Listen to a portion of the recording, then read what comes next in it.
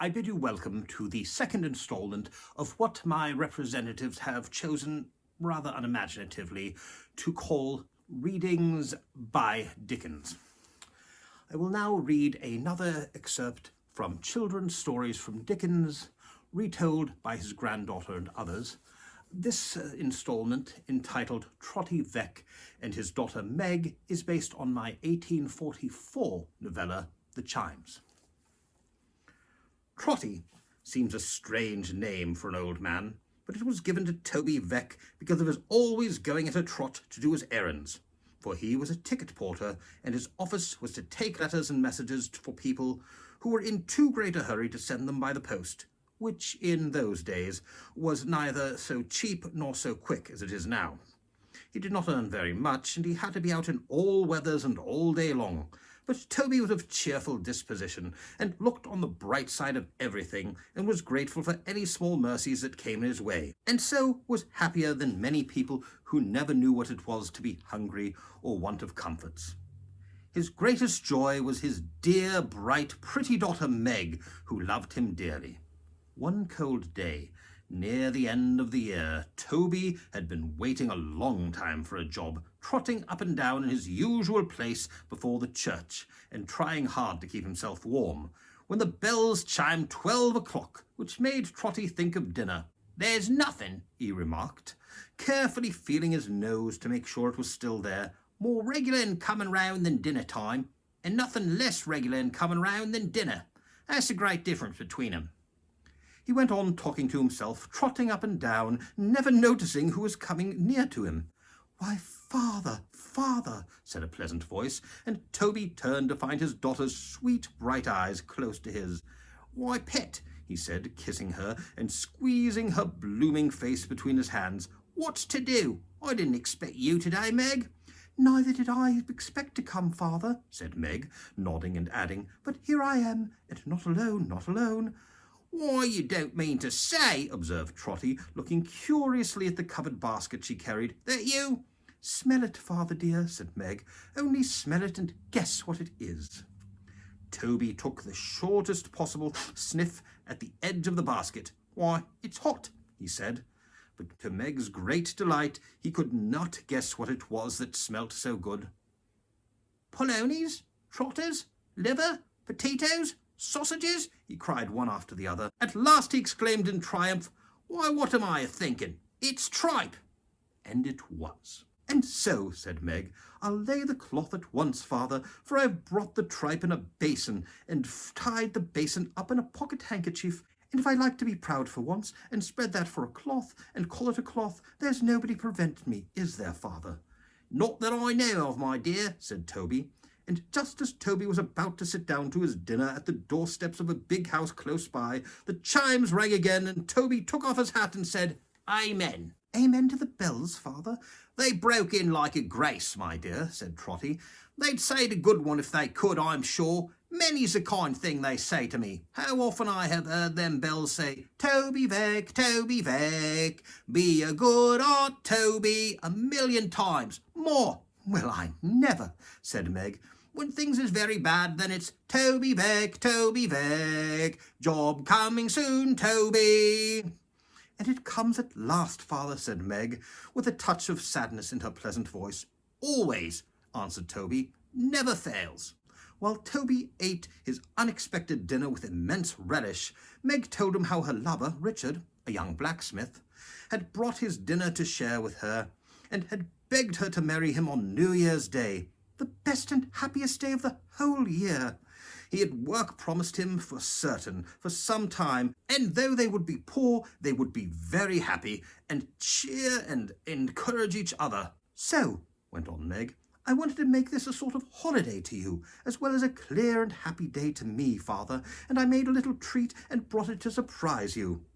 Just then Richard himself came up to persuade Toby to agree to their plan, and almost at the same moment a footman came out of the house and ordered them all off the steps, and some gentlemen came out who called up Trotty and asked a great many questions, and found a good deal of fault, telling Richard he was very foolish to want to get married, which made Toby feel very unhappy, and Richard very angry. So the lovers went off together sadly, Richard looking gloomy and downcast, and Meg in tears. Toby, who had a letter given him to carry and a sixpence, trotted off in rather low spirits to a very grand house, where he was told to take the letter to the gentleman. While he was waiting, he heard the letter read. It was from Alderman Cute, to tell Sir Joseph Bowley that one of his tenants, named Will Fern, who had come to London to try and get work, had been brought before him, charged with sleeping in a shed, and asked if Sir Joseph wished him to be dealt leniently with or otherwise. To Toby's great disappointment, for Sir Joseph had talked a great deal about being a friend to the poor, the answer was given that Will Fern might be sent to prison as a vagabond and be made an example of, though his only fault was poverty.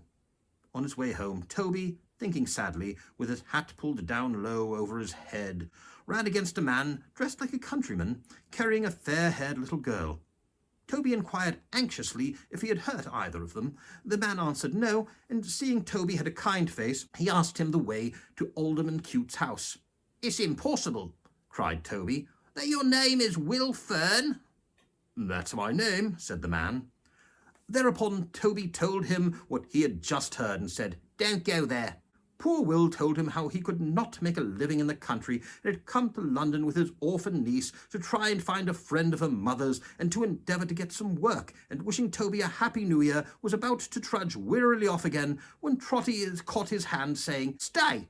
The new year never can be happy to me if I see the child and you go wandering away without shelter for your heads.